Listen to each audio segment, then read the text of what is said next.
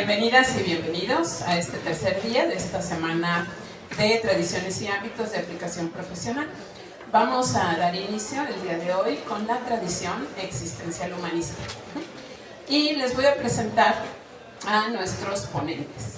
Tenemos a Roque Olivares Vázquez, él da clases en el módulo teórico, Tradiciones Teóricas 1 y 2. Norma Leticia Cabrera Fermoso, módulo metodológico, da clases en estrategias metodológicas 1, 2, 3 y 4.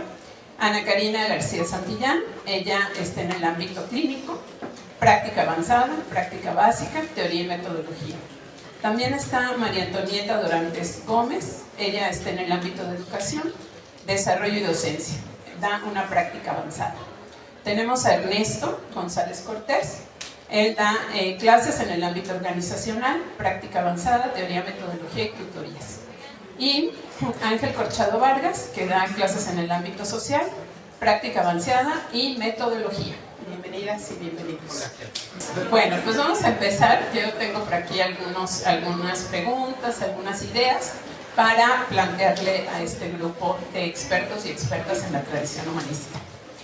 ¿Qué entendemos por psicología existencial humanista? Pues aquí es una cuestión de lenguaje también, y es que justamente una de las cosas que pues lleva a que esta tradición hable diferente, se escuche diferente, se sienta diferente, es precisamente por cómo somos y por cómo estamos desde este enfoque. Entonces, algo que a mí me ayudaría mucho a abrir esta conversación, pues es precisamente que la forma en la que lo hicimos fue así hablado para justamente expresar desde nuestros significados, ¿no? Creo que siempre es más fácil cuando ya logramos traducir una experiencia, un concepto a algo propio y poder hablar de ello, ¿no?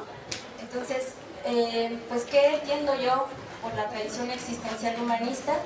Pues que tiene que ver mucho con cómo poder estar diferentes en un mundo donde la necesidad es querer saberlo todo, querer definirlo todo, querer medirlo, querer ponerle una etiqueta, querer comprobarlo, demostrarlo y encuadrarnos con esas realidades, ¿no? Eso es muy difícil cuando hablamos de personas, ¿verdad? Cuando hablo de mí es sumamente complicado decir quién soy yo, y ese tipo de cuestionamientos pues son los que se hacen las personas o los pensadores desde esta tradición. ¿Quiénes somos? ¿Qué hacemos acá? ¿Para qué estamos acá? ¿Qué sentido tiene? Y pues bueno, a mí me gustaría pues de entrada lanzar como tres frases o tres principios que pues son muy movedores de esta tradición. Y que pues ayudan, ¿no?, un poquito a entender por qué se le conoce como una tercer fuerza, por qué hablar de estos conceptos es radicalmente diferente y genera mucha polémica, y algo que a mí me gusta mucho es que genera mucha incomodidad, ¿no? Genera mucha incomodidad porque justo tiende a cuestionar todo lo que ya está establecido, y lo que si se dijo ya es blanco y es negro, pues nosotros venimos y decimos ¿y por qué? Y no puede ser gris, y no puede ser rojo, y no puede ser verde, y eso de pronto es como poner caos, ¿no? Poner desorden en un mundo que queremos esté siempre organizado. Y la realidad es que con nosotros, si algo somos, es pues mucha desorganización, ¿cierto? Entonces, una de esas frases es esta que promueve un existencialista que es muy conocido y que seguramente ustedes han escuchado, se llama Sartre, y este principio se llama que la existencia precede a la esencia. Con este mero principio le vino a mover el paradigma a muchas otras pues paradigmas, ¿no? Para empezar, cuestiona muchos aspectos religiosos, cuestiona muchas cuestiones que tienen que ver con la misma ciencia, ¿no? Porque dice, acá no somos y no sabemos lo que somos, sino primero estamos, ¿no? Primero somos arrojados aquí, no lo decidiste tal cual, no sabes a qué estás, no sabes a qué vienes, y seguramente no lo vas a definir ni a descubrir. Es algo que no tienes opción porque también estamos condenados a la libertad, y esa es otra de las frases, ¿no? Entonces estamos aquí condenados a la libertad en la ardua existencia que implica yo salir, que implica yo elegir constantemente, y aunque no quiera, estoy eligiendo. Entonces ustedes, por ejemplo, están aquí a lo mejor traídos por la curiosidad, porque les dijeron, porque los mandaron, pero es inevitable que asuman su presencia en este lugar. No pueden no elegir no estar, o sí estar, están. Y esa es una de las cuestiones que pues es muy difícil de pues negar, ¿no? ¿Qué significa para mí entonces esta tradición? Pues justo encontrar una forma de estar, y no solo una, muchas. Cada uno de ustedes lo que busca son sus propios cuestionamientos, sus propios significados, y justo lo que habla esta tradición es que tú puedas hacer tus propias preguntas y encontrar tus propias respuestas. Aunque nosotros estemos aquí sentados y hayamos leído y estudiado, yo no te voy a poder justo dar la respuesta que tú quieres o necesitas, ¿no? Entonces, para mí la tradición existencial humanista es eso, es posibilidades, es sí confusión, pero también es la posibilidad de encontrar esa respuesta para luego volver a hacerte otra pregunta, y luego así sucesivamente. Nada está dicho, estamos sujetos entonces a mucha impermanencia, incertidumbre, a la angustia, y son aspectos que pues desde el existencialismo principalmente, porque hay sus diferencias con el humanismo, les digo, pues no tienen mucha respuesta desde otras tradiciones, o se expresan desde otra forma que no necesariamente ve como centro a la persona. Entonces, otra de las partes que ve es cómo cada quien ve esas realidades, la experiencia, cómo la vive, y ese es como lo fundamental que vamos a abordar más adelantito con la parte de la metodología hermenéutica y fenomenológica, que acá no vale lo que yo diga, sino cómo lo vive cada uno. Acá no es lo que yo hable, sino lo que ustedes hagan, o lo que yo vivo, o lo que elaboremos desde la experiencia y el significado, ¿no? Entonces... Gracias, Cari. Empiezas a tocar ya algunos temas, ¿no?, importantes: la persona, la responsabilidad, la libertad, la existencia, que iremos pues retomando poco a poco en esta conversación. ¿Hay alguien que quiera agregar algo en esta parte? ¿Tú, Ángel? Sí.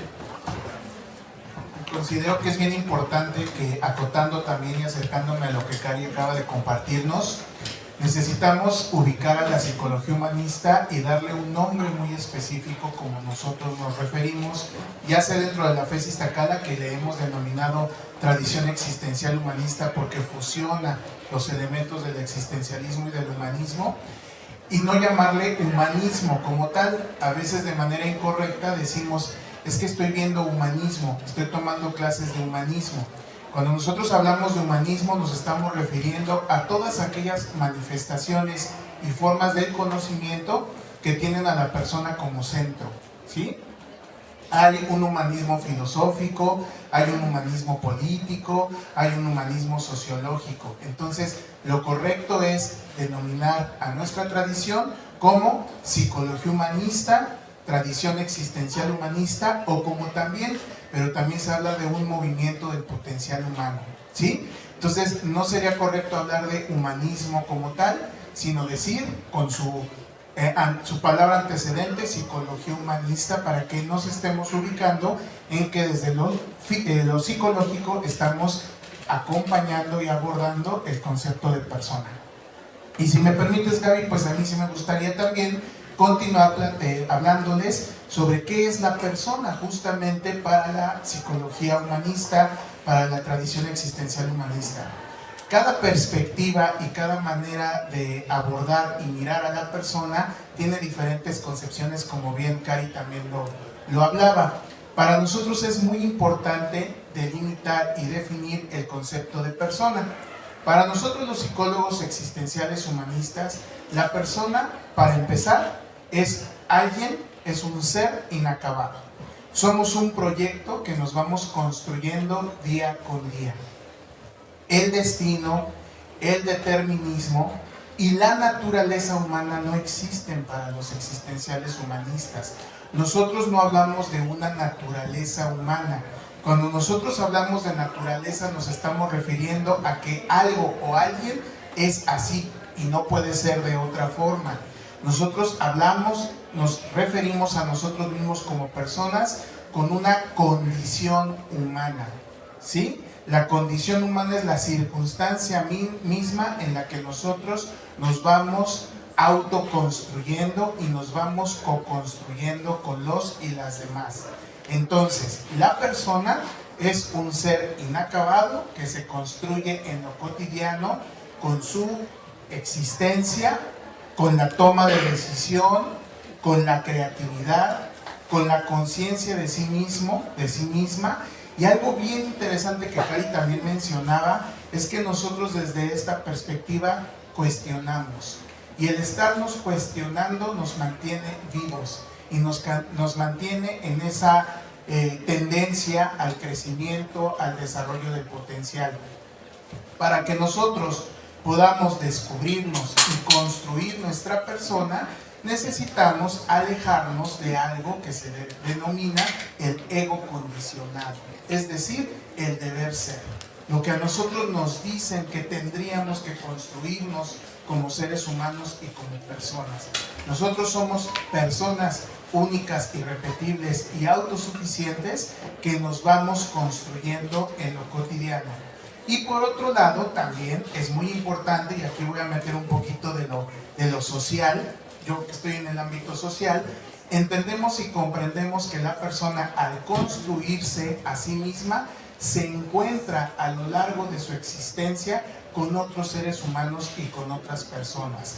A este encuentro maravilloso que se da entre dos personas, se le mantiene a cada una de las personas en su independencia y en el respeto hacia la integridad del otro.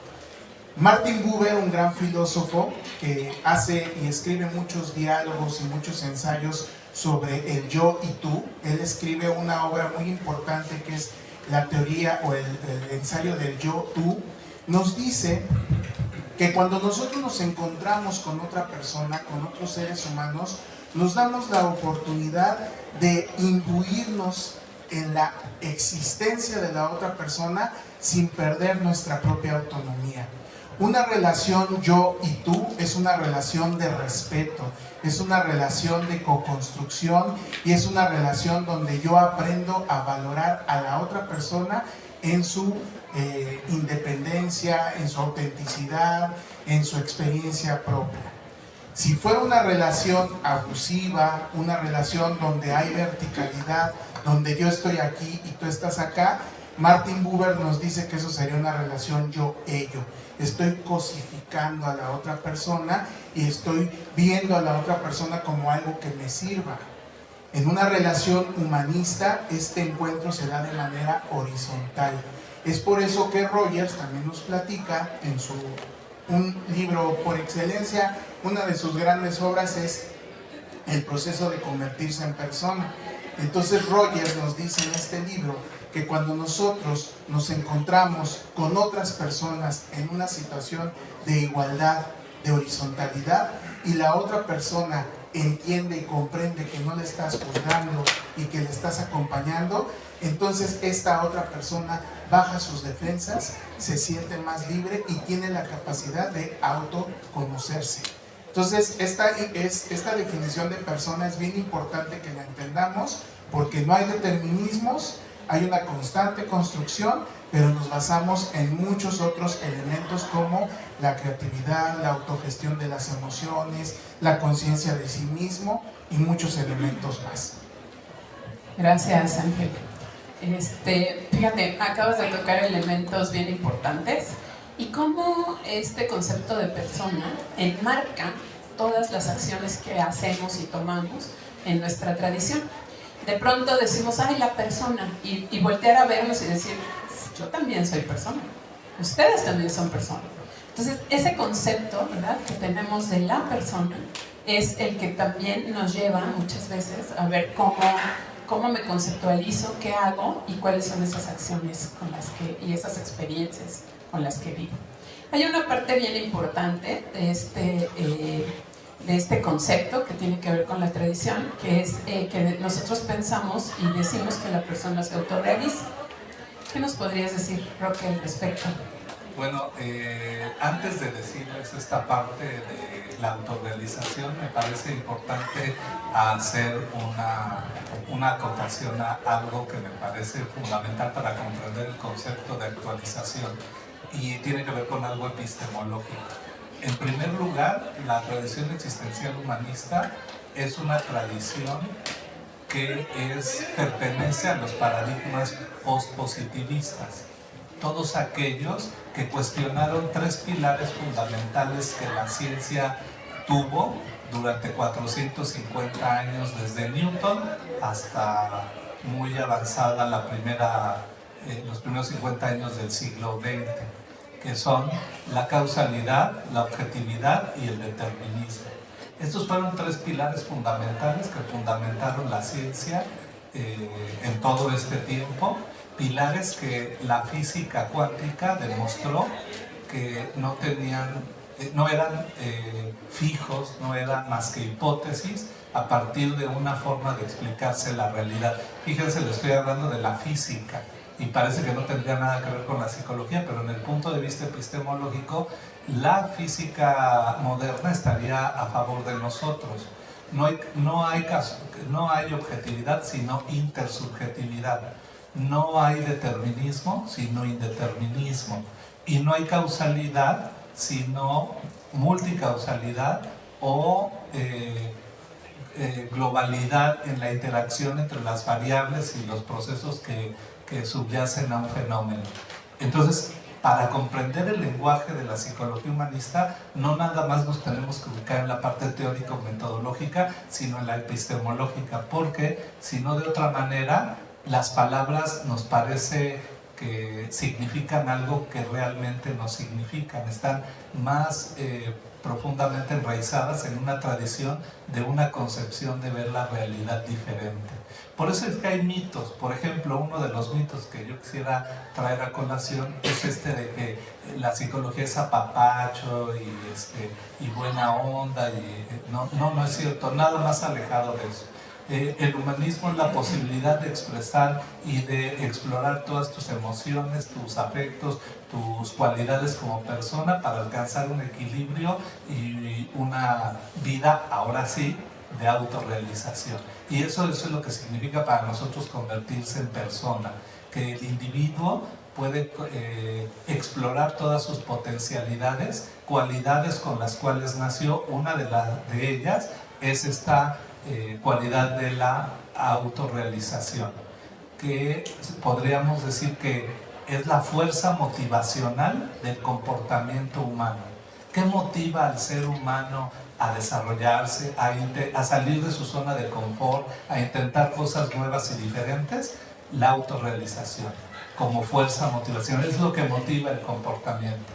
Por supuesto, dentro de la tradición existencial humanista existen otros enfoques, diferentes enfoques, y hay otro, para nada más hablarles de dos posiciones polares. Hay quien piensa que no es la autorrealización, sino la autotrascendencia, la fuerza motivacional, lo que nos lleva a hacer lo que hacemos, a buscar otras opciones en la vida, a transformarnos, es ir más allá de nosotros mismos. De lo que somos y de lo que hacemos. Entonces hay dos posiciones así polarizadas, digamos. En el medio hay muchas otras más intermedias, pero estas dos son importantes. Uno, entonces, la autorrealización es una cualidad inherente, innata, que forma parte de la naturaleza del ser humano y se expresa en la búsqueda constante de la autosatisfacción, pero no solo eso, sino de ir intentando cosas nuevas. Por ejemplo, ¿qué los trae ahorita aquí? Las respuestas que pudieran dar ustedes son muchas.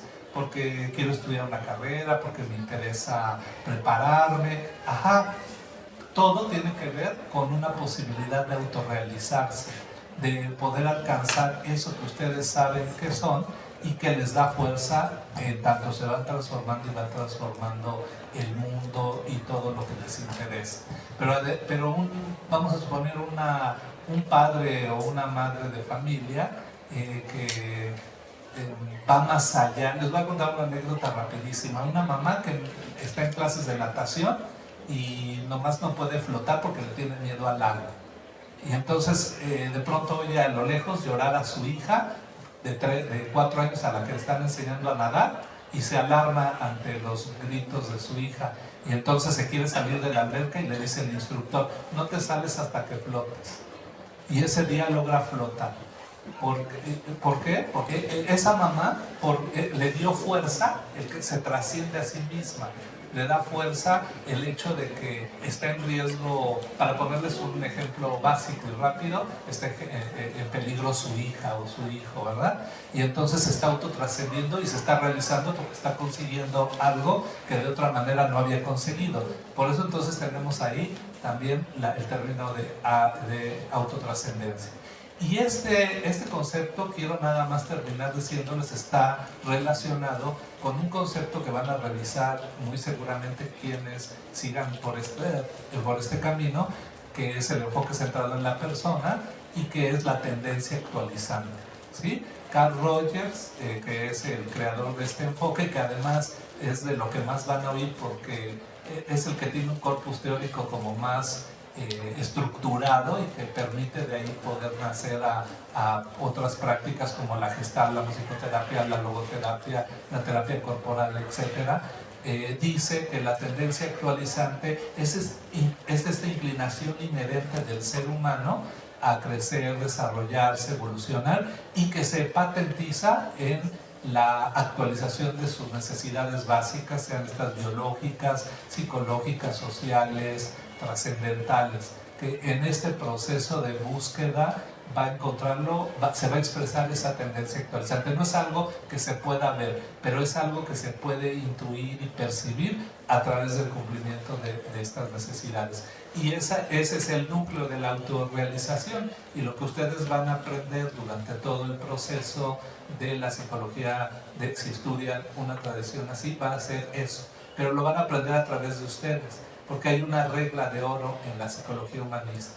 El núcleo de la formación de los humanistas, de los existencial humanistas, es la propia persona del que se está formando.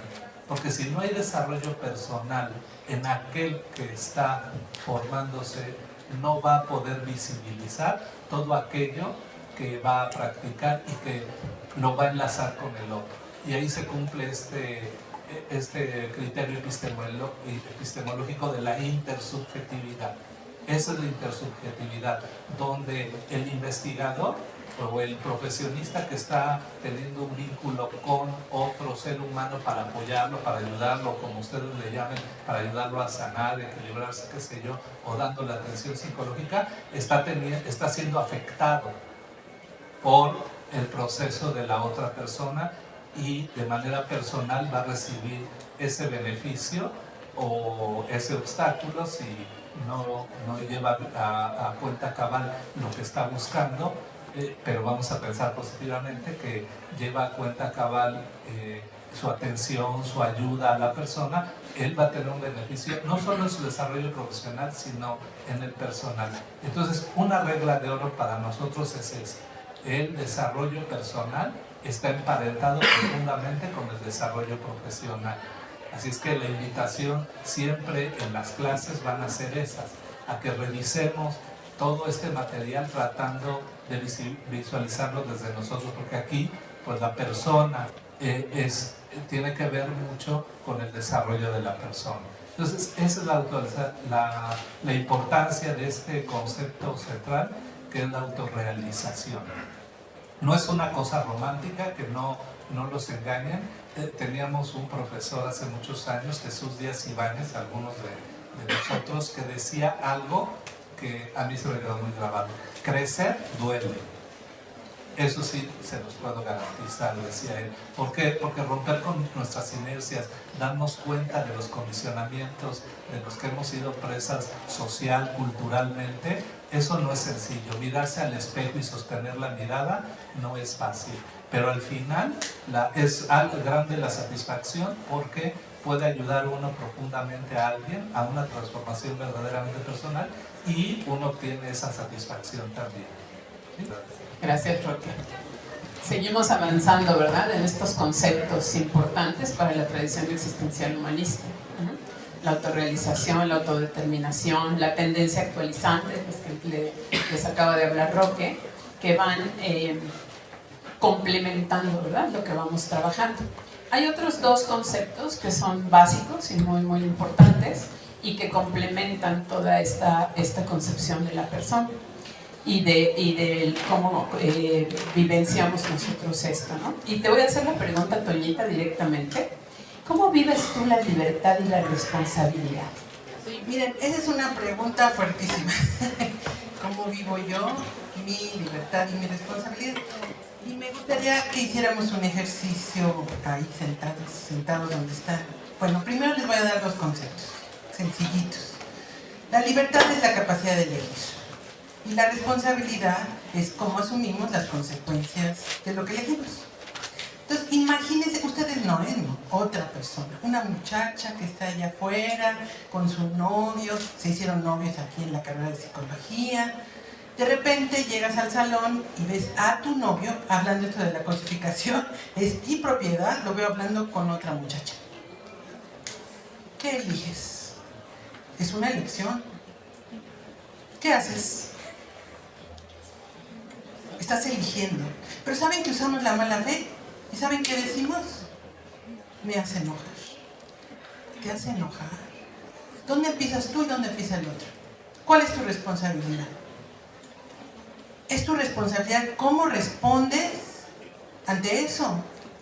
Es tu responsabilidad que él hable y ande de Cusco. Entonces, ¿cuál es el problema? Ve qué claridad cuando sabes qué te corresponde a ti, qué corresponde. Voy a hablar mal de sus mamás, ¿eh? Cuando tú estás en la fiesta, a las 3 de la mañana, apagaste el celular porque estás borracho, y tu mamá llega y te dice a las 5 de la mañana, me tienes muerta de miedo, me voy a morir por tu culpa. ¿Quién elige? ¿Tú puedes hacer que ella se muera por tu culpa? Sí lo puedes hacer, pues le agarras una pistola y la matas. Pero en este caso no estás haciendo eso. ¿Qué estás haciendo? Tú estás eligiendo, ¿qué? Irte a la fiesta y asumes las consecuencias de tus elecciones. Porque pues todo tiene elección. Digo, todo tiene consecuencias. ¿Cuál es la elección de ella? Preocuparse. ¿Eso tiene que ver contigo? Tiene que ver con ella. Entonces, fíjense, si alguno de ustedes viniera a terapia conmigo, mi tarea como facilitadora es una tarea gigantesca. Hacer que reconozcas que eres libre y hacer que reconozcas que eres responsable de lo que te ocurrió. Y aquí tienes lo que decía Ángel, tan maravilloso, que decía los condicionamientos. ¿Qué se espera de nosotras las mujeres? Pues que te quedes callada y que aguantes, porque si tú vas y le reclamas, va a haber 10 que no van a reclamarle. ¿Por qué? Porque nos han enseñado eso. Pero en el ejercicio de mi libertad yo decido, ¿no te gustaría ser otra persona? ¿No te gustaría tener relaciones sanas? ¿O te gustaría estar en la mala fe que habló Sartre? La mala fe es cuando le echas la culpa al otro. Y ayer estaba dando yo una terapia y yo me quedé así. Toda la culpa de lo que le pasó a una mujer de 54 años la tuvo el día que vio a su mamá teniendo relaciones con otro hombre. De ahí la marcó determinantemente hasta los 54 años. Por ese hecho que pasó cuando ella tenía 8 años, no encuentra pareja, se siente muy fea, ningún hombre la quiere. Como nos hacemos en terapia, eso es todo lo que hacemos en el enfoque existencial humanista, que la persona asuma que es libre. Y hay una frase maravillosa de Sartre que dice, somos lo que hacemos con lo que hicieron de nosotros. ¿No se dan cuenta tan liberadora que es? Somos lo que hacemos con lo que hicieron de nosotros. Nosotros en terapia oímos esas historias terribles de madres, padres abandonadores, golpeadores, y aquí habrá muchos de nosotros que tenemos eso. Somos lo que hacemos con lo que hicieron de nosotros. Sí, yo pasé eso, y muchos de ustedes seguro lo pasaron. ¿Qué has hecho ahorita con todo eso que te pasó? Entonces, en la terapia es que esta mujer se dé cuenta que ella ha elegido. Desde los 8 años hasta ahorita, ella ha tenido continuas elecciones. ¿Qué eligió? Pues, ¿con qué hombres relacionarse? ¿Qué eligió? ¿Cuáles eran las respuestas que iba a dar? ¿Qué eligió? Eligió dejarse engordar, eligió sentirse basura, eligió. ¿Qué es más fácil? Echarles la culpa. Y así, pero pues obviamente en este enfoque nosotros no se lo soltamos, la persona lo va descubriendo lo que tenga que descubrir, el proceso es muy personal, pero es básico reconocer que cómo te sientes tú es tu elección. ¿Respondes con ira? Es tu elección. ¿Respondes con depresión? Es tu elección. Y luego, lo que hagas va a tener consecuencias. Asume las consecuencias. Si tú le haces un pancho al otro y él decide terminar, es la consecuencia de lo que tú hiciste. ¿Se dan cuenta cómo la mala fe nos gobierna? Volteen a ver por todos lados. Echamos la culpa. Manipulamos. Entonces, el hecho de... Yo me acuerdo que una vez Ángel dijo, esta tradición se vive, y a mí me quedó muy grabado, esto se vive, y por eso ahorita que dice Gaby, uy, a mí me encantaría vivir la libertad y la responsabilidad, pero se me sale la mala fe, pero hago el esfuerzo, y los invito, de verdad que la vida sería bien diferente, si asumiéramos que estamos eligiendo, si asumiéramos las consecuencias de lo que elegimos, y si ubicáramos qué nos corresponde a mí y qué le corresponde al otro. A ver, ¿para qué nos preocupamos tanto de lo que haga el otro? Es su responsabilidad, es su libertad. Y también se nos olvida que el otro es libre. Yo en terapia quisiera, de verdad, yo llego con unas expectativas, pero tengo que recordar, esa persona que está frente a mí es libre. Y es libre de seguir echándole la culpa hasta que ella decida. No sé cuánto tiempo. Entonces, es muy bonito, ¿no? Y muy amenazador, y muy confrontante, ¿verdad? Pero nos lleva a asumir la vida tomando la rienda de la vida. No ser un barquito que me lleven a es maravilloso, es creerle a la psicología. Y es la posibilidad de elegir. Entonces, asumir que siempre elegimos, porque siempre elegimos, y luego, además de asumir que elegimos, asumir las consecuencias de las acciones que hicimos. Eso es como a mí me gustaría vivir y como los invito a que vivamos. Gracias, Tonita. Temas fuertes, ¿verdad? Difíciles, que dices, trato de, ¿verdad?, vivirme libre, responsable. No siempre es fácil. Sin embargo, tenerlo como una opción, como una elección de vida, nos pone en un lugar distinto. ¿Alguien quiere comentar algo más? Gracias, Roque. Sí, rapidísimamente. Esto parecería que vuelve a la persona pues centrada en ella misma nada más, ¿verdad? Y entonces se olvida del contexto.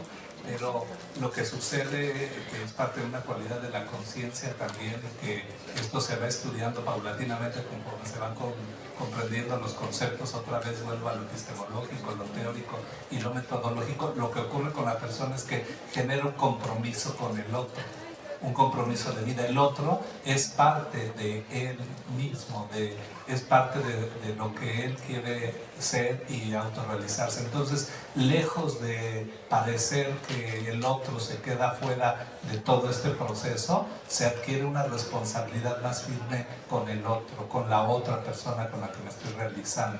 ¿sí? Porque la libertad se gesta junto con la responsabilidad. Me doy cuenta que voy a responder de mis actos y que soy el único capacitado y el único que lo va a hacer, y eso me genera un compromiso con el otro. Entonces no hay que irse con eso. Fíjate, es como decir, si yo soy libre de elegir, ¿por qué tú no? ¿Verdad? Y entonces desde ahí me hago responsable de mis propias elecciones, pero también respeto las diferencias con el otro y sus capacidades de elegir y de decidir y de hacerse responsable de ellas. Siempre.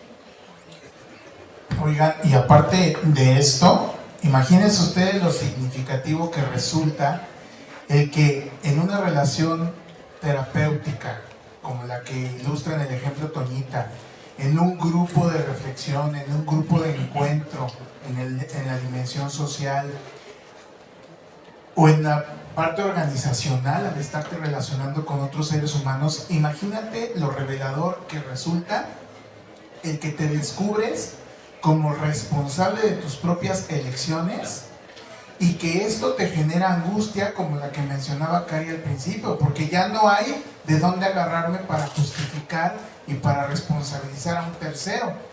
Entonces, esto es algo que les digo siempre a mis estudiantes. Entonces no somos los ositos cariñositos de la psicología. Y está mal entendido el hecho de que en un enfoque como el humanista, lo único que nosotros decimos es: está bien todo lo que hagas, está perfecto, sino más bien, esto que estás eligiendo, ¿qué beneficios te trae? ¿En qué te construye? ¿En qué te edifica? ¿En qué construye al otro también? No es el psicoanálisis buena onda, como también nos dicen por ahí. Fíjense, lo existencial es confrontación. Lo existencial es descubrirnos solos frente al mundo, eligiendo.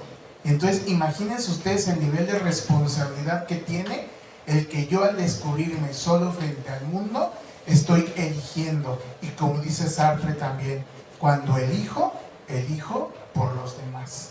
Entonces, imagínense ustedes qué importancia tiene el que en un proceso como estos, en los que se trabaja desde la perspectiva existencial humanista, nosotros no vamos a llegar a decirle a la otra persona: oye, ¿ya te diste cuenta de esto? No, la persona inmediatamente, o en su proceso, se empieza a dar cuenta e identifica, contacta con su conciencia y dice: ah, chis, ya me di cuenta que con esto que digo, con esto que hago, estoy generando estas consecuencias y las decido asumir con responsabilidad.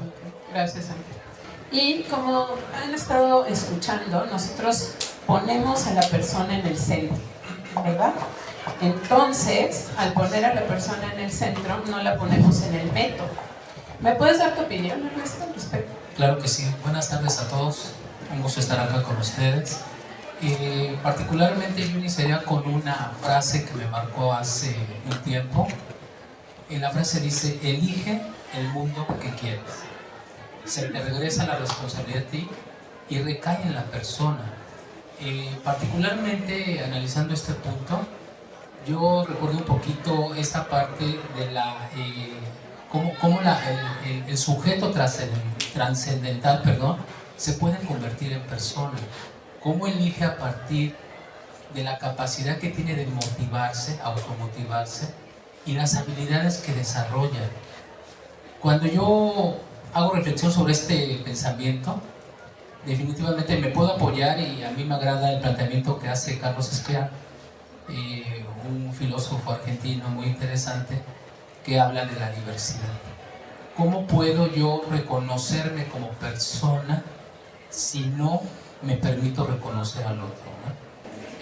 También Husserl plantea algo bien importante, esta parte que tiene que ver con la conciencia o la naturalidad de la conciencia. Hasta dónde yo puedo identificar si reconocerme como persona es reconocer primero que nada un cuerpo que es mío. Yo les pregunto a ustedes, como ejercicio de reflexión, ¿reconocen ese cuerpo que está en ustedes? Y entonces reconocerán a esa persona que está en ustedes.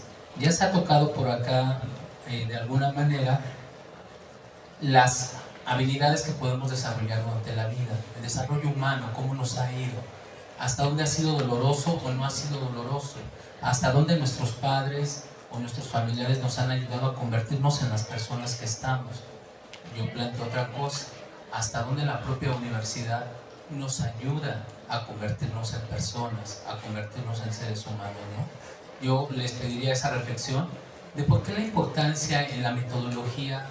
Acá en psicología organizacional es una de las grandes derivas que tenemos, en verdad, porque cuando llegamos a las organizaciones funcionan de una manera estructural, muy estructurada, tienen métodos, tienen estrategias para el trabajo. Se habla mucho de las habilidades blandas, pero nos encontramos, mis alumnos me dicen que se encuentran con el no desarrollo de habilidades para la vida de las personas que están en las organizaciones. Entonces, el gran reto, al menos en organizacional, sí podría decirles que se está en la búsqueda, ya lo planteó el doctor Ángel hace rato, el asunto del desarrollo del potencial humano.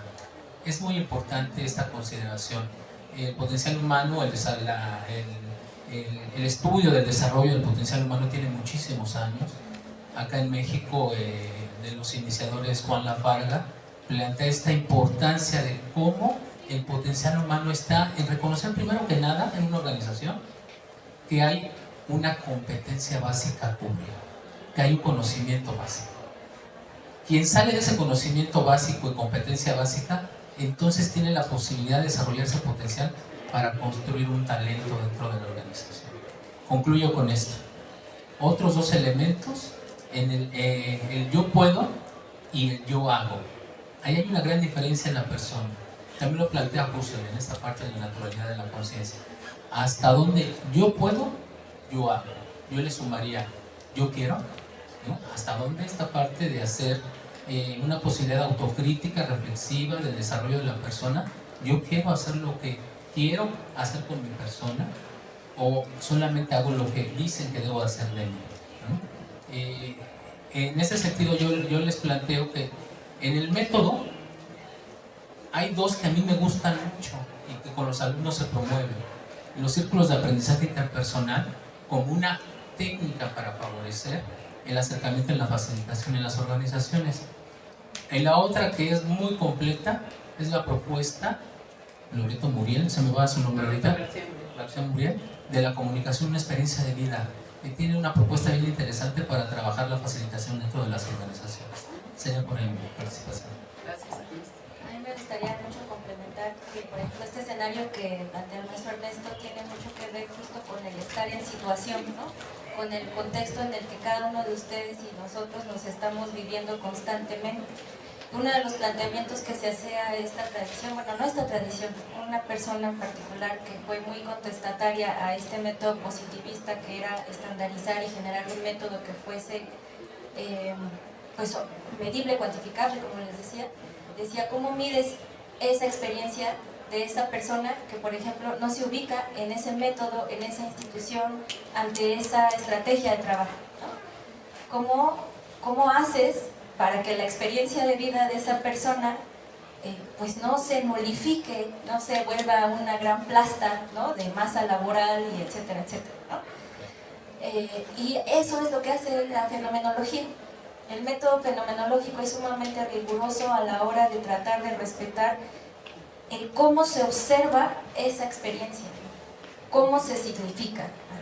Entonces es como lo fundamental de lo que atraviesa tanto la parte humanista como existencial, centrarse en la experiencia del otro y no en lo que nosotros le vamos a hacer a la persona, sino cómo es su experiencia a través de lo que está viviendo. ¿Sale? Gracias, Cari. Fíjate, ya nos diste pie para seguir abordando nuestras estrategias metodológicas. Y ellas son la fenomenología y la hermenéutica. ¿Cómo se unen, Normita? ¿Qué es la fenomenología? ¿Qué es la hermenéutica? Bueno, las estrategias metodológicas que emplea la tradición existencial humanista precisamente es la fenomenología y la hermenéutica, pero también utiliza el método dialógico. Vamos a hablar de cada uno de ellos, ¿no? Bueno, la fenomenología en un inicio es una corriente filosófica que fue desarrollada por Edmund Husserl a mediados del siglo XX. donde se centra fundamentalmente en cómo las personas comprenden el significado de la experiencia que viven. Y considera que como paradigma lo que trata de explicar es la naturaleza de los objetos, su esencia y la veracidad de los fenómenos. Por lo tanto, pues el sentido, el significado que les damos al mundo y a nuestro entorno, pues es una construcción subjetiva. Pero por eso no quiere decir que no sea verídica para las personas que lo viven, ¿sí? Es muy real para estas personas. Pero cuando la persona comienza a preguntarse qué conoce y cómo aplica ese conocimiento relacionado con el método fenomenológico, entonces puede objetivizar su mundo, que puede verificar a través del lenguaje. En este sentido, pues el método fenomenológico lo que explora es la conciencia de las personas y trata de entender y comprender la esencia de sí mismo, la esencia de estos fenómenos. Por lo tanto, su objetivo precisamente es explorar cómo vivencian y perciben estos significados y cómo los definen internamente.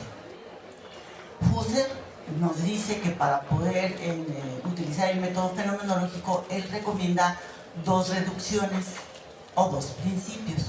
El primero, llamada epoge o epoche, en donde nosotros debemos de poner entre paréntesis nuestros juicios de valor, nuestro conocimiento previo y las teorías que nosotros tenemos para poder observar la manifestación del fenómeno tal cual es. Y por otro lado también recomienda hacer una segunda reducción, otro principio que le llama eidos, para comprender y manifestar la esencia la esencia misma. Con respecto a la hermenéutica, como corriente filosófica, pues tenemos a Guy de Mel, en donde él trata de establecer una relación entre el conocimiento científico y el pensamiento a través del lenguaje. Considera que lo que busca la hermenéutica pues es comprender al otro a través de lo que se dice, pero también a través de lo que no se dice. Didley, que es uno de los mayores representantes del método hermenéutico, define la hermenéutica como un proceso revelador de los significados que se manifiestan en la conciencia y que podemos interpretarlo a través de la palabra.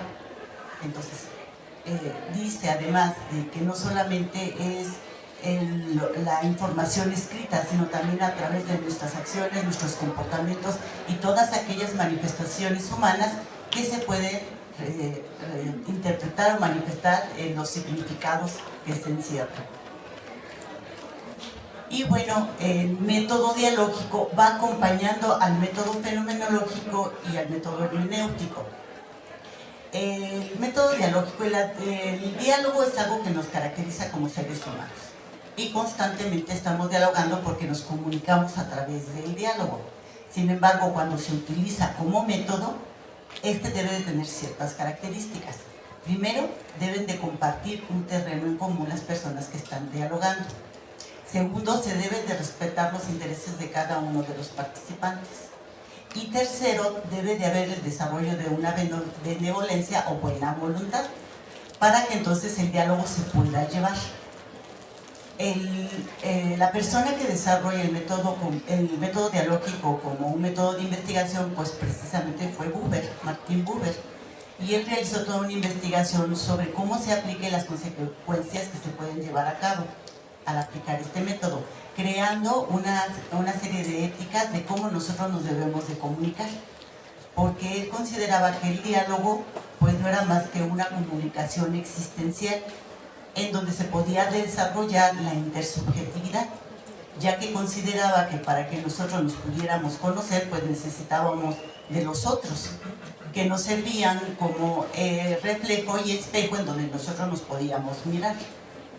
En este sentido, pues el método dialógico se complementa muy bien con los principios del método fenomenológico, porque precisamente al suspender nosotros nuestros juicios de valor, pues entonces podemos observar el fenómeno tal cual se presenta y podemos ser empáticos con el que estamos escuchando. Sin embargo, también nos dice Buber que tenemos que tener en cuenta pues, las limitantes de lo que nos permite conocer del otro, porque bueno, sí, efectivamente nosotros podemos entender y comprender al otro y ser empáticos, pero también nos dice que nosotros no podemos llegar a entender y comprender como si fuéramos el otro, como si nosotros estuviéramos viviendo lo que él está viviendo. Lo podemos llegar a entender, a comprender desde su mirada, desde lo cómo él lo concibe, pero no se nos debe olvidar que nosotros no somos el otro, que el único que sabe realmente qué está viviendo y cómo lo está viviendo, pues es el otro. Y solamente a través del diálogo, pues nosotros podemos poder entender y comprender lo que le está sucediendo desde su mirada. Y bueno, una de las ventajas que se tiene al utilizar el método dialógico, pues es que es un método en donde tiene un proceso de autocorrección, porque precisamente al interactuar entre dos personas, entonces nos permite retroalimentarnos a través del diálogo e ir colocando las estructuras de las experiencias de acuerdo en el lugar correspondiente para poder entender los significados. En este sentido, bueno, pues entonces al tener un diálogo de manera horizontal, esto nos va permitiendo, pues irnos entendiendo, comprendiendo e irnos sumergiendo en el conocimiento del otro. Y esto nos va a ayudar a construirnos y enriquecernos como personas. Esto es lo que yo podría decirte. Gracias. Fíjense, todo esto parece complicado, ¿verdad? Complejo de ir asimilando, de ir entendiendo. Entonces, ¿qué tal, Ángel, que nos pones un ejemplo del método fenomenológico hermenéutico? Y después vamos a ponerles un ejemplo de la forma en la que intervenimos, ¿no? Antes de dar paso al ejemplo que les quiero compartir, quiero entonces redondear una idea bien importante, y eso es algo que también estamos convencidos, y no solamente desde esta tradición, sino en general como psicólogos, como profesionales de la psicología. Para que nosotros podamos hacer un buen ejercicio de nuestra profesión como psicólogos, necesitamos conjuntar tres elementos importantes: la teoría, la metodología y la praxis misma de la psicología.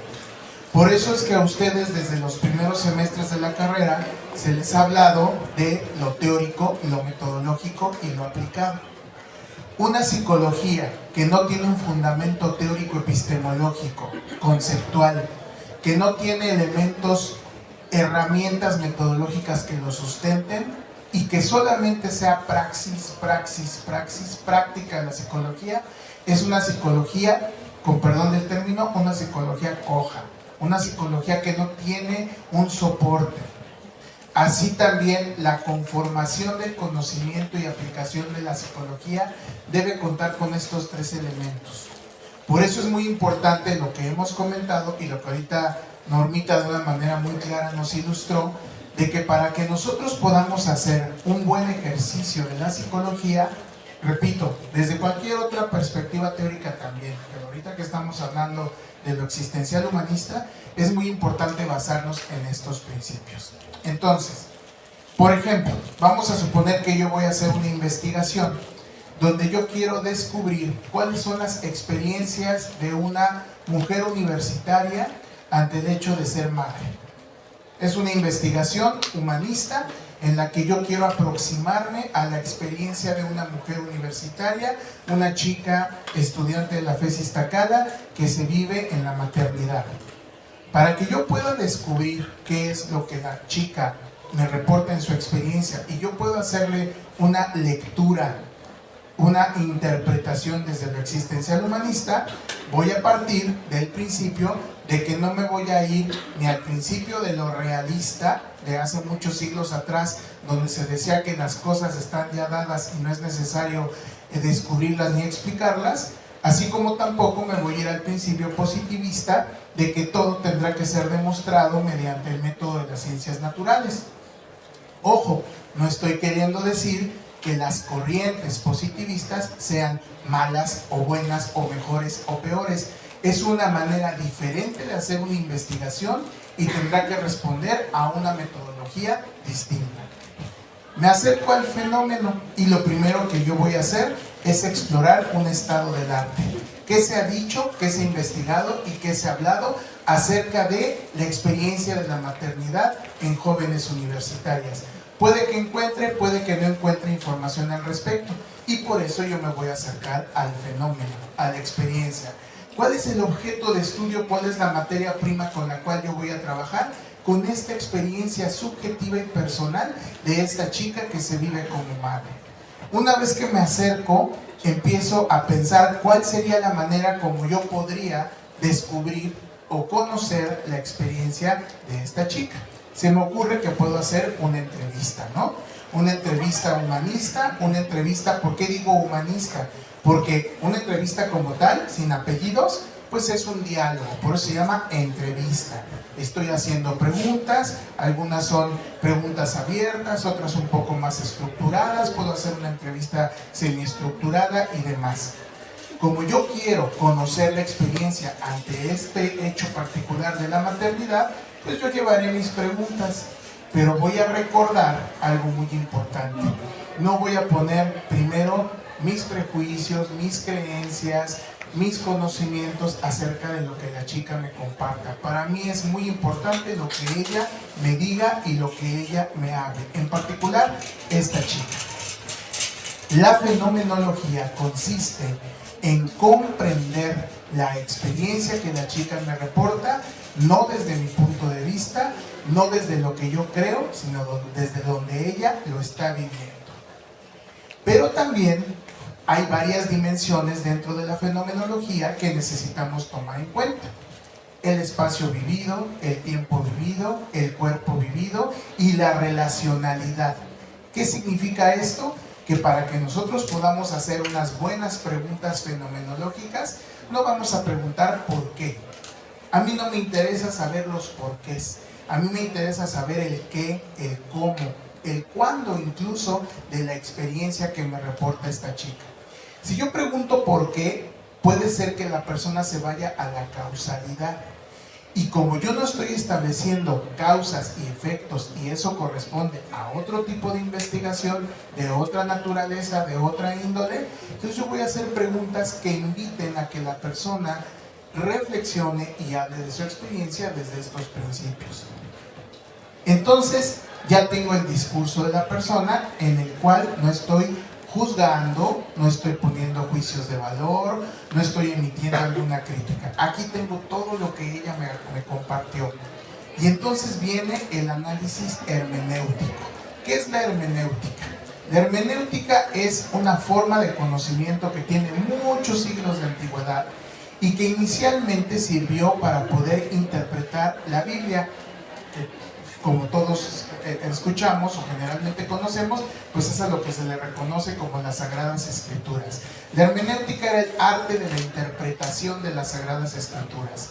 Con el tiempo, esta hermenéutica ha expandido su umbral de acción y ya no solamente hablamos de hermenéutica en cuanto a los libros sagrados o a la Biblia, sino a cualquier cosa que se haya dicho por escrito en una época determinada, a un público determinado y desde la intencionalidad del autor. Pero eso no es todo. La hermenéutica también tiene que ver con la manera, como bien dijo Normita, cómo se expresa la misma persona, a quién lo dijo, dónde lo dijo, cómo lo vivió, dónde lo vivió, de qué manera se relacionó con las otras personas, etc. ¿Para qué me va a servir la hermenéutica?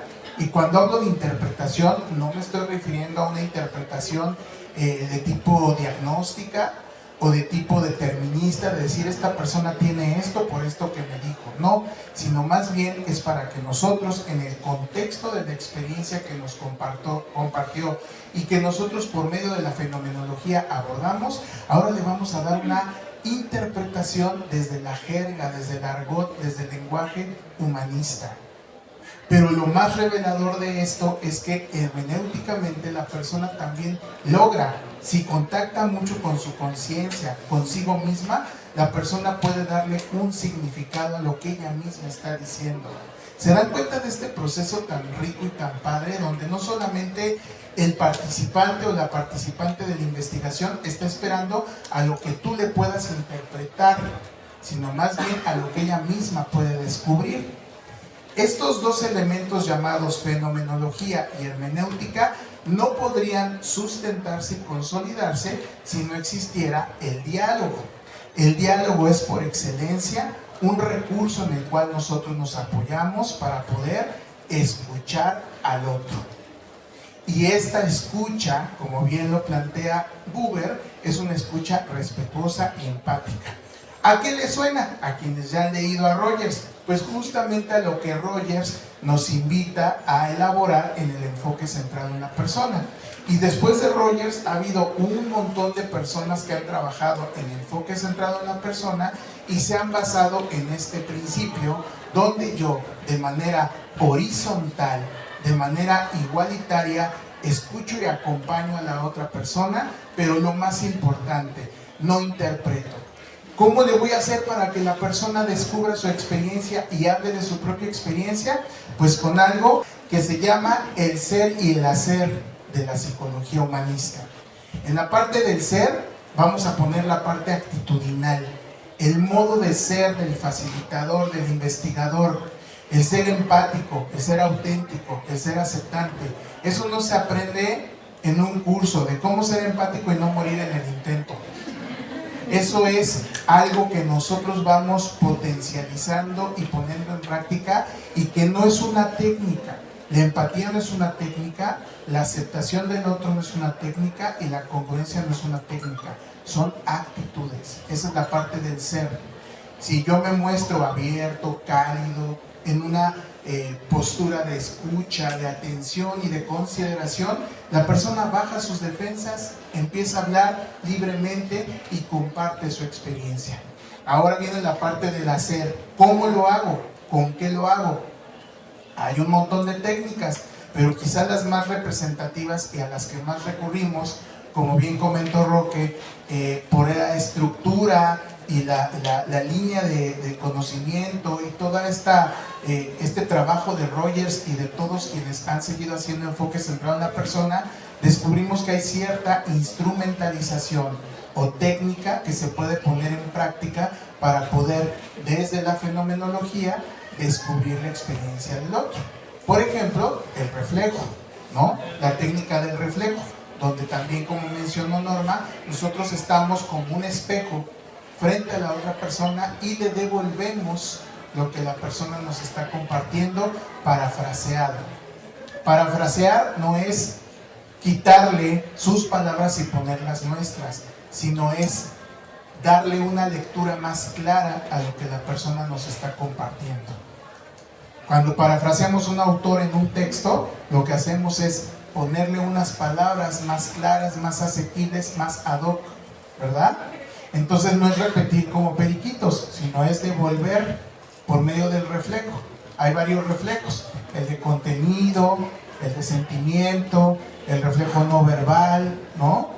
Hay otras técnicas como la elucidación, la conexión de islas, muchas técnicas que se utilizan. Muy bien, muchas gracias, Ángel, por todos estos ejemplos. Yo creo que lo más importante ahorita es como recuperar esta parte, ¿verdad? El reflejo no es repetir como loro, es una forma de instrumentalizar estas tres actitudes básicas. Y vamos a poner un breve ejemplo para cerrar nuestra participación y nuestra conversación. Bueno, lo que acordamos es que Ángel va a platicarme algo a mí y yo voy a hacer una escucha de él, instrumentalizando, como dice Gaby, la técnica de las tres actitudes básicas con un ejemplo de reflejo, y luego se los explico lo que hice. ¿Okay? Hola Roque, pues quiero platicarte algo, quiero compartirte que el día de hoy estaba yo en la casa muy tranquilo, desayunando con mi familia, y de repente y de la nada mi mamá me empezó a decir que qué estaba yo haciendo de mi vida y que por qué no aprendía de mis hermanos, por qué no aprendía a ser como ellos, que yo debería seguir su ejemplo y yo debería seguir su manera de ser. Esto a mí me hizo sentir muy raro, me hizo sentir muy mal. Yo me levanté de la mesa y le dije a mamá que si me iba a seguir comparando con mis hermanos, entonces ya no quería volver a saber nada, ni quería volver a hablar con ella. Y me siento muy mal, me siento muy incómodo. Gracias, Ángel, por esto que compartes. Supongo que es algo que no es fácil platicar, algo que por lo que escucho te impactó de manera tan fuerte. Comentas que estabas en tu casa, entiendo que tranquilo, desayunando, y de pronto tu mamá, aparentemente de la nada, comienza a cuestionarte sobre una pregunta que te hizo, que es: ¿qué vas a hacer de tu vida? ¿Qué piensas hacer en tu vida? Comienza a compararte con tus hermanos, a decirte esto, y por lo que percibí en tu tono de voz, que de pronto como que la subes, y me da la impresión como si que te molestara, te enojara, porque adquiere mayor fuerza el volumen, el tono de tu voz. Es que ella no está reconociendo lo que tú has hecho y te hace esta como especie de confrontación con lo que tu mamá te hizo. Imagino que eso es lo que te tiene, como dices tú, tan mal, tan pues consternado, quizás enojado. No sé cómo escuchas lo que te acabo de decir. Sí, y aparte, te digo, yo a partir de hoy, de lo que pasó en la mañana, yo ya dije, ya, no quiero saber nada, ¿no? Ya no quiero volver a tener ningún trato con ella, porque siempre me está comparando, ¿no? Siempre me está comparando con mis hermanos. Claro, llegó ha tenido tal fuerza y ha sido tan significativo esto para ti, que definitivamente tú sientes que ya no podrías convivir con ella y quieres hacerte a un lado, no tenerla siquiera tal vez cerca en este momento. Te sientes, creo yo, muy lastimado, muy dolido, porque no es la primera vez, por lo que entiendo. Dices, siempre me está comparando, ¿no? Bueno, a lo mejor no siempre, ¿no? Algunas veces quizá, no siempre, porque también tengo buenos momentos con ella, ¿no? Tengo buenos ratos con ella, pero sí ha sido frecuente. Claro, reconoces que no es de todos los momentos que pasas con ella, sin embargo es frecuente, y además parece ser muy fuerte cuando lo hace para ti, muy significativo. Es algo que te hiere, te llega profundamente, ¿verdad? Sí, es como si fuera una moneda, ¿no? Por un lado me siento enojado con ella por lo que me dice, y por otro lado me siento triste porque pues, yo la quiero, pero si ya no voy a poder estar a gusto hablando con ella y siempre va a pasar esto, pues entonces mejor me hago un lado. Claro, reconoces por un lado la parte en la que te gusta estar con tu mamá, sientes ese cariño, pero también la otra parte en la que ella insiste en esta parte de confrontarte con algo que tal vez tú ni siquiera te identificas con ellos, ¿no? Que tus hermanos tú quizás los respetas y también respetas tu forma de ser, y esto es una forma de respetar eso, ¿no? El tomar la decisión de tomar distancia con ella sin dejar de reconocer el cariño que le tienes. Sí, la quiero, pero mejor me mantengo al margen. Gracias. La quieres, pero de lejitos. De lejitos. Gracias. Muchas gracias. Pues solamente quisiera yo decir, con respecto a lo que Norma tan claramente nos decía, ¿verdad? La parte fenomenológica es devolverle sus propias palabras, lo que dijo es descriptivo, y hay un tinte de tratar de comprender cómo vive la experiencia de ser rechazado por su mamá o ser interpelado por ella. Y la parte hermenéutica, podríamos decir, donde yo empiezo con mis hipótesis y suposiciones de lo que él puede estar viviendo. Pero es se podría decir que es una interpretación comprensiva. ¿Por qué es comprensiva? Porque está afianzada en lo que la persona me está diciendo, en su propia experiencia. No la estoy metiendo en categorías, es que debe tener ahí un problema no resuelto con su mamá, etc. No estoy desde la parte teórica, sino desde la persona. Entonces ahí están los dos elementos, y el otro que Norma decía, el diálogo, ¿no? Esto fue un diálogo, una interacción, y la posición que tuvimos e intencionalmente hicimos de ponernos frente a frente y con todo el cuerpo es porque parte de la metodología y el enfoque humanista es eso, estamos comunicando con todo el cuerpo, y es importante esa proximidad, esa cercanía también, ¿no? Gracias. gracias, Roque. Bueno, pues con este ejemplo y esta última conclusión que saca Roque, estamos terminando con nuestro conversatorio. Vamos a dar, todavía tenemos 15 minutitos para algún comentario, alguna pregunta, alguna inquietud que tengan por ahí. ¿Quién quiere participar? Tenemos un ratito todavía. Sí, adelante. Me gustaría saber si el humanismo es una práctica ecléctica. Una práctica ecléctica. ¿Quién quiere comentar? Sale, Roque. Definitivamente no. Como ya lo hemos mencionado aquí, tiene dos perspectivas filosóficas desde las cuales parte, que es el existencialismo y el humanismo, que ambos son filosofías de muy alto contenido. Los filósofos más revolucionarios del siglo XX y de toda la historia de la filosofía están enmarcados en el existencialismo. Desde ese lugar es desde donde miramos lo psicológico. Entonces, definitivamente no es ecléctica porque no conjuga elementos de otras tradiciones con otros enfoques, pero sí es importante señalar que sí pensamos que toda aquella teoría psicológica emanada de una persona, un teórico, puede tener una cabida a nivel metodológico, a nivel técnico en lo que hacemos.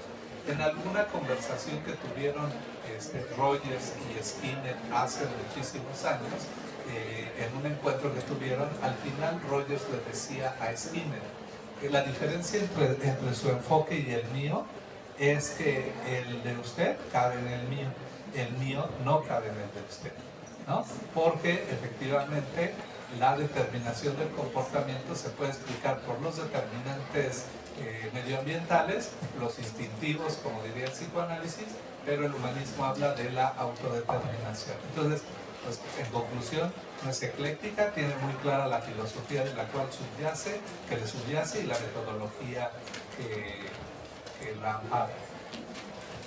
Gracias, Roque. ¿Quién más nos quiere hacer un comentario, una pregunta? Pero yo tengo dudas si la técnica es como que... Bueno, entendí que hay varias técnicas, pero no sé si solo sea como repetir lo que la otra persona diga, o hay algún método como para que la otra persona trabaje en sí misma. Ok, muchas gracias. Sí, Karina Suárez. Hay mucho que todos aquí pudieran contestar algo, porque en realidad, y compartiendo también sobre esto de lo ecléctico, es que este enfoque es muy diverso. Decir que solo repetimos porque hablamos de reflejo es muy limitativo. Ajá. Cada enfoque desde esta tradición tiene una forma de intervención, una forma de acompañar.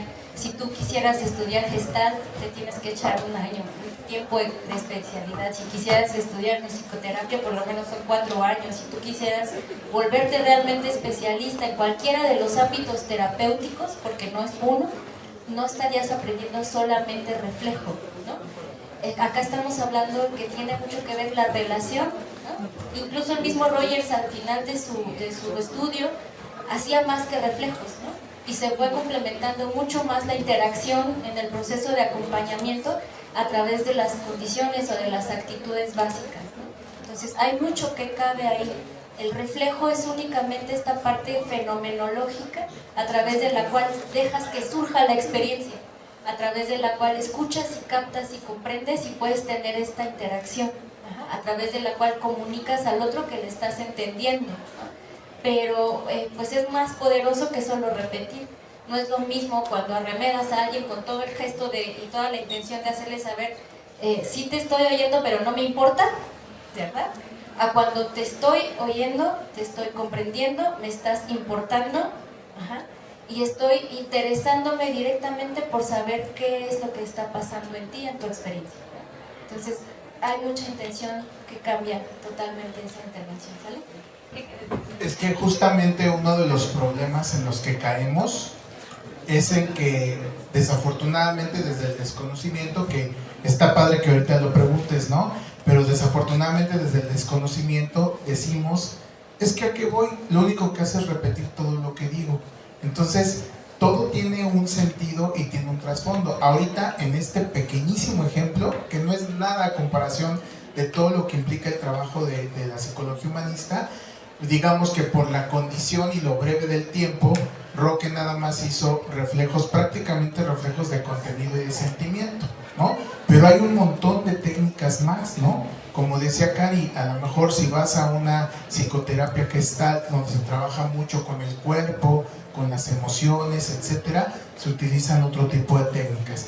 Lo que yo sí les pido, por favor, así vehementemente, es que no se lleven la idea de que la psicología humanista o en la interacción es solamente repetir, porque lo hemos escuchado y pues como que sí decimos, híjole, no, es que no es eso, es más allá de esto. Detrás de hacer un reflejo, el facilitador comprende fenomenológicamente lo que la persona está viviendo. Entonces sí, el reflejo es una de tantísimas técnicas en las que nosotros nos apoyamos para poder hacer el trabajo.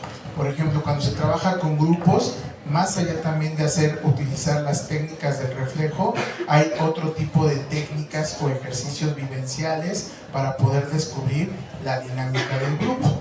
Que mal empleado el término de vamos a hacer una dinámica, está mal empleado, es una técnica de intervención. La dinámica es la manera como se comporta el grupo, ¿no? Pero sí es importante que entendamos que va más allá de repetir. Claro, y fíjate, yo quiero decir, no solamente estamos hablando del reflejo como técnica, yo creo que son formas de intervención. Y que también en el enfoque centrado en la persona, hablamos, por ejemplo, Ángel decía brevemente, hay 3 tipos de reflejo, ¿no? El simple, el reflejo de sentimientos, el reflejo de elucidación, pero también tenemos otras formas, la confrontación empática, por ejemplo, ¿no? Que es muy importante cuando pones al frente de la persona una incongruencia entre lo que dice y hace, entre lo que siente y piensa, etc. También la autorrevelación, que es una forma que tiene que ver con que el terapeuta habla de una experiencia propia, que tiene que ver con lo que la otra persona está experienciando y que le puede servir para ampliar sus marcos de referencia. La proximidad, que habla de la relación yo-tú, ¿verdad? Y cómo estamos. O sea, hay varias formas que ahorita sería muy difícil, pero vengan a nuestra tradición y las van a conocer todas y cada una. Quiero recomendar rápido 3 libros donde van a encontrar, porque hay que diferenciar entre metodología, método y técnicas. Y van a encontrar un montón de instrumentos. Esto va a quedar grabado y se los van a aprender. Persona, Trabajo y Familia para Trabajo Organizacional de Jesús Díaz Ibáñez, editorial Trillas. El niño y la educación de Ana María González Garza, con más de 250 experiencias de aprendizaje, no solo orientadas a la educación, sino al trabajo en grupo. El darse cuenta de Stevenson, de editorial Cuatro Vientos, donde vienen experiencias de aprendizaje para promover el trabajo interpersonal, intrapersonal y grupal. Y por supuesto el libro de Carl Rogers, Psicoterapia centrada en el cliente, que van a ver que luego va evolucionando a Psicoterapia centrada en la persona, donde vienen varios capítulos dedicados a trabajo en familia, trabajo en grupos, trabajo en instituciones, etc. Gerald Ligan, ¿no? Sí, es de entrenamiento psicoterapéutico. Manual del orientador experto. Ahí tienen 4 donde van a encontrar cómo operamos con todo este celular. Muy bien. ¿Una última? Yo quería preguntar cuál es el mayor punto de dificultad que se enfrenta cuando se utiliza este enfoque corporal. ¿Cuál es el mayor qué? Dificultad. Dificultad. De manera breve. Sale. Precisamente que creemos, las palabras nos engañan y creemos que como es escucha activa, empatía, intuición, comprensión, creemos que significan lo mismo que en la vida cotidiana, pero hay que hacer un cambio en el paradigma de uno mismo, aprender a ver diferente la realidad. Y ese proceso, después de haber llevado una educación tan larga, basada en una forma positivista de ver la realidad, es lo más difícil, troquelar tu propia conciencia. Por eso decía yo algo que decía el compañero ahorita, es vivencial, es decir, el núcleo de la formación del enfoque existencial humanista es la persona que se está formando, ayudarla a que alcance esa claridad que le pueda dar el paso a percibir una realidad más amplia, más allá de los condicionamientos educativos de los que vienen. Eso para mí es la dificultad más grande. Gracias, Roque. Adelante, por favor. Sí, buenas tardes. Mi pregunta es, dentro de esta perspectiva, ¿cómo se nos lleva a cabo la evaluación? la intervención clínica, porque pues generalmente en la perspectiva conductual pues se a cabo de instrumentos de medición, de cuantificación, pero en esta perspectiva ¿cómo es que se lleva a cabo? Bueno, pues básicamente se ocupa la parte de la investigación cualitativa también. Por ejemplo, hay instrumentos desde enfoques personológicos como el yo soy, etcétera, el cuestionario, la entrevista, aunque son formas de intervención, también sirven como formas de evaluación, porque pues sigue siendo la parte que quiere saber qué está pasando del otro lado, ¿no? Y recibir esa información. Ahora, pues también es uno de esos mitos, ¿no? Que pareciera que acá nada más nos dedicamos a platicar y pues no es así, ¿verdad? Les decía que el método fenomenológico sí es muy riguroso a la hora de documentar, ¿no? Si ustedes hacen una revisión de tesis de corte cualitativo, se van a encontrar que se hacen como pues transcripciones, mucha observación, mucha supervisión, es algo que por ejemplo hacemos desde lo clínico también, para estar en constante proceso de observación y actualización de esas cosas que estamos haciendo. Ajá, la retroalimentación que hacemos también, hacemos cuestionarios, evaluamos el servicio que aplicamos. La verdad es que pues existen muchas formas, ¿no? Ok, pues muchísimas gracias. Gracias Norma, Doñita, Ernesto, Ángel, todos.